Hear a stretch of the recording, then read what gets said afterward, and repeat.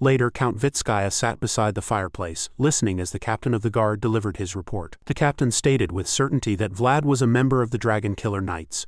Holding a cup of hot tea, the count asked what else there was to know, to which the captain replied that they had also verified Vlad's skills. He further reported that among the remaining knights, not a single one was capable of standing against him. Upon hearing this, Count Vitzkaya took a sip of tea and remarked in surprise that Vlad was truly that strong. The captain began to explain that out of the 5 who had sparred with him, the count's expression darkened when the captain firmly concluded that 3 of them would be unable to carry out missions for the time being. Count Vitzkaya did not speak immediately. He set his teacup down onto the saucer and interlaced his fingers, studying the captain carefully before asking what about him. The question left the captain silent for a long while, his brows knitting together in hesitation.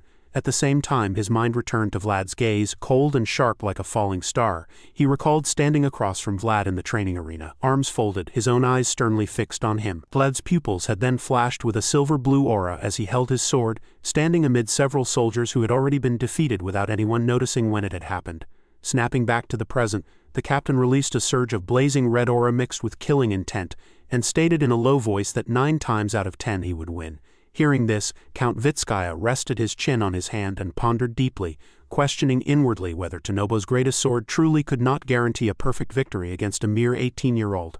After letting out a contemplative hum, the count spoke aloud, wondering whether he should hang Vlad by the neck as a warning to the guards. This caused the captain to react in confusion, asking him to pardon the remark.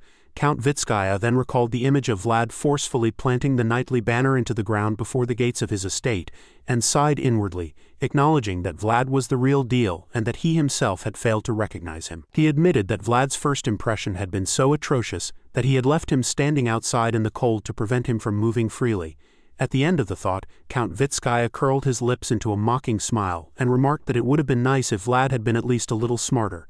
The next day, Vlad sat drinking tea with Count Vitzkaya in a pavilion outside the garden while a servant gently poured tea into their cups. Count Vitzkaya initiated the conversation by remarking that he had heard tea culture was not well developed in the north.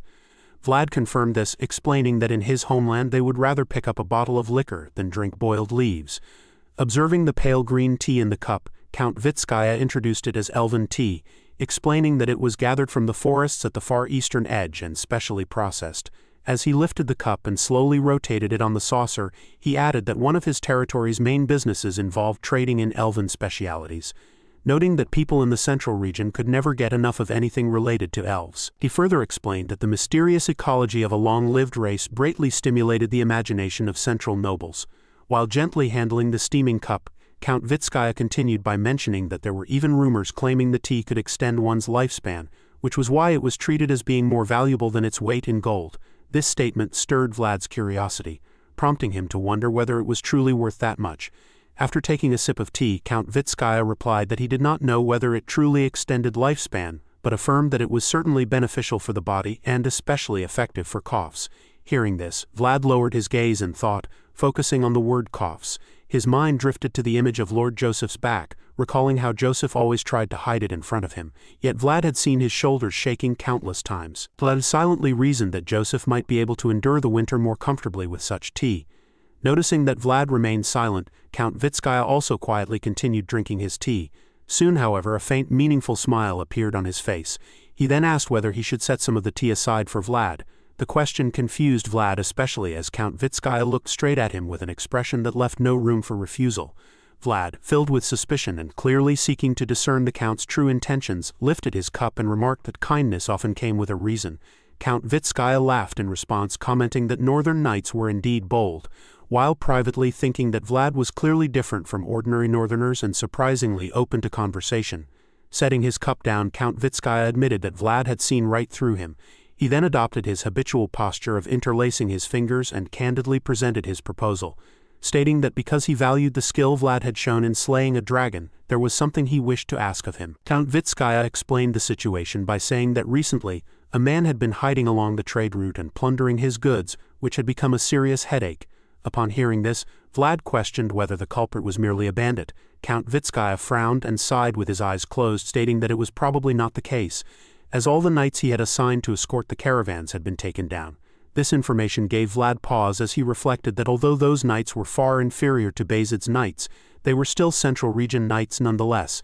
He then voiced his doubt, questioning how he himself could handle the situation if even the Count's knights had failed. Count Vitzkaya rested his elbow on the table and leaned slightly forward as he replied that humility turned into deceit when it went too far, and that if Vlad had been recognized not only by San Rosino but also by several northern houses, then he believed Vlad was sufficiently skilled. Suddenly, Count Vitzkaya placed a pouch of gold coins on the table. Exuding self-satisfaction, he emphasized that he was the type who paid properly, adding that if Vlad drove off the unknown raider, he would reward him with even more. Vlad stared at the pouch of gold in silence, lost in thought. He then raised his gaze and argued that handling the task alone might be too difficult. As if he had anticipated this response, Count Vitzkaya coldly agreed that it was acceptable, stating that merely chasing the raider away would suffice, even if it were only for a short time. Inwardly, Count Vitzkaya looked down on Vlad with utter contempt, thinking that Vlad was nothing more than a cheap knight he was using temporarily. He believed that it would be ideal if Vlad solved the problem completely, but as long as Vlad held out until he could invite a truly renowned knight, Vlad would have earned his pay. Vlad lowered his eyes slightly and calmly indicated that he understood before adding that he had another request. Meeting Count Vitzkaya's gaze, he stated that he wanted something other than gold coins. This puzzled the Count, who asked what Vlad could want from him. Vlad then explained that as a wandering knight, he wished to see more of the wider world, and that since he had already come this far, he should at least be allowed to enter the elves' forest. He further added quite seriously that he would also like a box of the tea known to be effective against coughs. Hearing this, Count Vitzkaya's aged eyes narrowed in silent irritation as he inwardly cursed Vlad as an insulter brat. He reflected that he had initially thought Vlad was merely a clueless rookie knight, yet now realized that Vlad was deliberately drawing out exactly what he wanted in such a smooth manner that refusal had become impossible. At the same time, thinking of Lord Joseph standing behind Vlad as his backer, Count Vitzkaya wondered who in the world had produced such a person. After a long pause, Count Vitzkaya finally spoke, stating that under those conditions merely blocking the raider for a short time would not be sufficient, and that allowing a human to enter the elves' domain was an act that placed a heavy burden upon him as well. However, Vlad suddenly cut him off, telling him not to continue. Count Vitzkaya was inwardly startled when Vlad asserted that the elves also wished for trade to return to normal. Addressing him directly as Count, exuding an aura that made him difficult to provoke, Vlad placed a hand over his chest and firmly declared that he would resolve the problem. As time passed, one night on a bridge, a carriage came to a halt in the middle of the road. Beneath the carriage, a terrified man trembled uncontrollably. He saw that the numerous escorts who had accompanied the carriage had all been slaughtered and lay scattered along the roadside. Suddenly, a heavy footstep landed beside the carriage, sending the man into panic. The one standing there had noticed his hiding place beneath the carriage and stared down at him with the eyes of a demon. Standing against the light, the murderer demanded to know whether the carriage contained the elves' goods. The man crawled out from his hiding place, knelt on the ground and desperately confirmed that it did, begging for his life to be spared. Having obtained the answer he wanted, the murderer moved to the rear of the carriage. Peering inside, he saw goods piled high, and his pupils flashed with a satisfied blue gleam. Not long after, the carriage plunged straight down into the abyss below. With the dawn of a new day, Vlad's group traveled along the road in a long line. Stefan rolled his eyes, sweat running down his cheeks, and complained that this was precisely why Vlad had brought him along. Riding his horse beside him, Vlad explained that it was something along those lines. Upon hearing this, Stefan sighed in realization, remarking that it was no wonder, since Vlad had even lent him a horse and offered such a large commission fee. Stefan suddenly sensed a surge of dark aura behind him and shuddered, muttering to himself that their glares were so intense he felt as though they could pierce straight through the back of his head. At the same time, the guards behind them were staring at the group with unmistakable displeasure. Stefan glanced back before turning to Vlad and asking just how badly he must have beaten them for them to glare so viciously. Vlad calmly reassured him that there was no need to worry, explaining that their spars had been fair. Unable to believe it, Stefan complained that Vlad had only been stationed in Tonabo for a single month, yet thanks to him, they were now thoroughly hated as well. Vlad, however, remained unconcerned and proposed that they should score a major payoff and then move elsewhere. Narrowing his eyes, he remarked that this was simply the nature of a mercenary's life. Stefan broke into a cold sweat and somewhat awkwardly admitted that although their current situation was terrible, Vlad was right and there was nothing more he could say. Vlad turned to him again and reassured him that he would also give Stefan a cut of his own share, insisting that they should do this properly and emphasizing that opportunities of this scale did not come often. With a weary sigh, Stefan responded that it did not matter and that he would trust him, addressing Vlad as his dear employer. Seeing Stefan's expression, Vlad felt secretly pleased, thinking to himself that it had been a good decision to bring him along. He reasoned that dealing with a seasoned mercenary was far preferable to dealing with the Count's knights, who were clearly going to be uncooperative. He then turned to Stefan and asked how long the journey would take. Stefan informed him that at their current pace they would arrive within 3 days. Hearing this, Vlad frowned inwardly, and thought that in 3 days he would finally be able to see the elves. He placed a hand on the hilt of his sword and reminded himself that the only clue he could use to trace the source of those voices was something obtained from the elves. Imagine an elf holding an orange crystal identical to the gem set into his sword's hilt. Vlad silently speculated that if it truly was them, they would be able to recognize what was contained within it.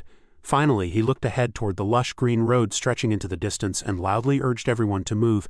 The horses' hooves made soft sounds on the damp mossy ground as Vlad and Count Vitzkaya's knights moved slowly toward the secret trading place. Stefan told Vlad that he believed they had arrived. He pointed at a shabby cottage that looked ready to fall apart under creeping vines and said he thought that was where the deal would happen. The small, weathered building blended almost completely into the surrounding greenery. Vlad agreed and noted that it also meant they were only allowed to go that far.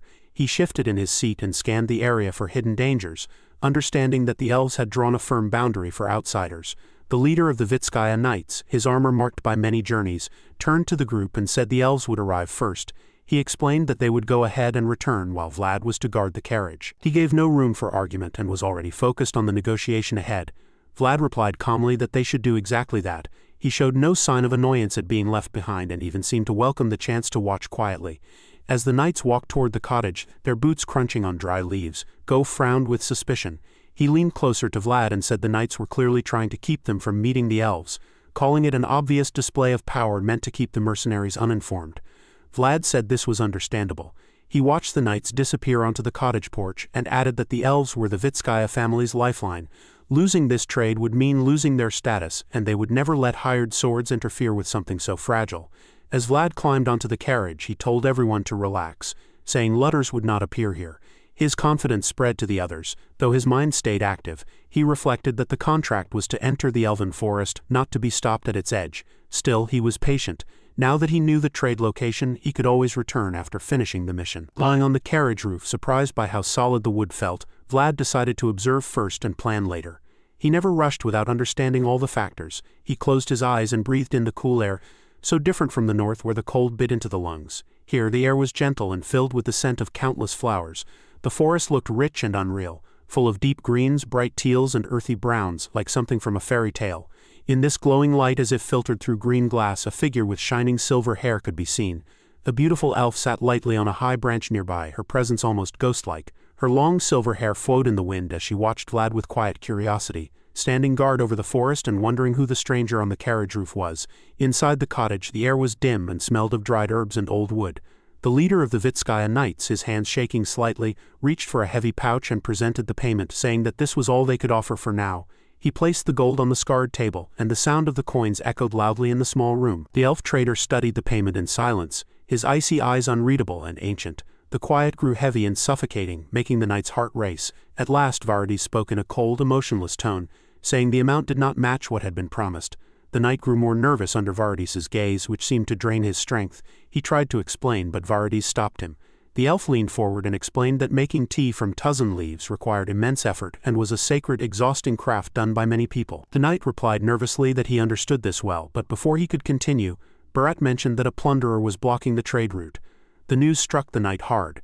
His fear deepened as he realized Vardes already knew. The elves always saw more than they revealed, and their reach was wide. He began to worry that the negotiation would fail. Vardes then asked if the tea was selling well. The knight answered yes, hoping to shift the focus to profits. He pleaded that with more time they would be able to pay properly. Ignoring him, Vardes calmly asked whether regions beyond the center also liked the tea. The Vitzkaya knight leader said the matter was becoming popular among the central nobles, so nobles elsewhere would surely like it too. He tried to sound confident and added that trends always started at the center and spread outward like wildfire. When he finished speaking in his usual cold, emotionless tone, Vardes replied that this meant the other lords would want to deal with them directly.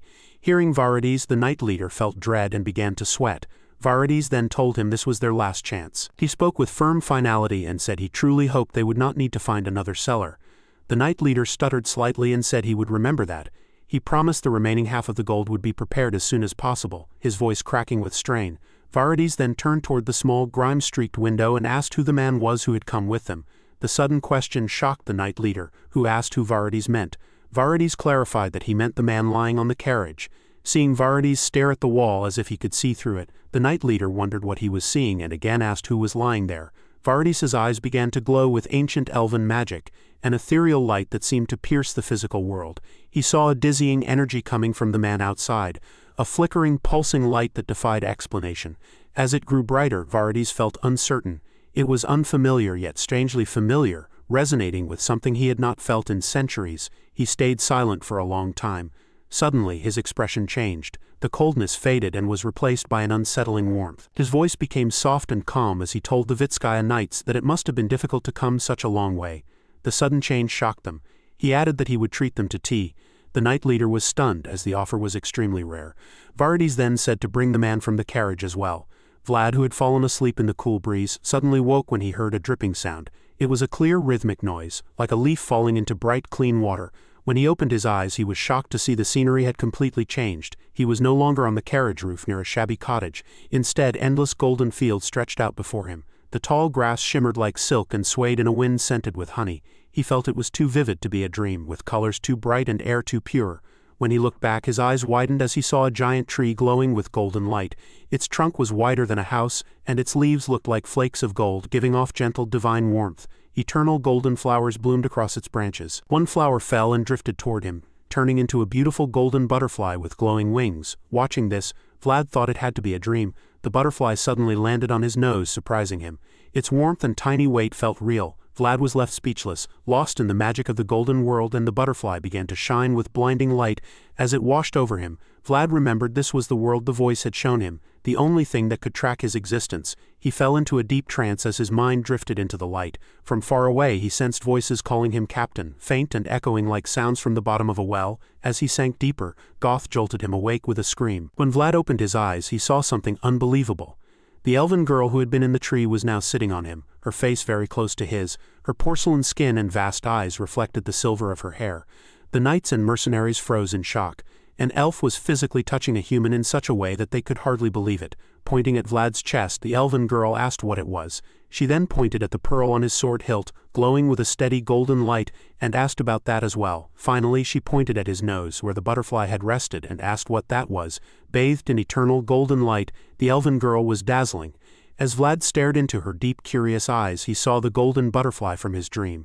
He could no longer tell where the dream ended and reality began.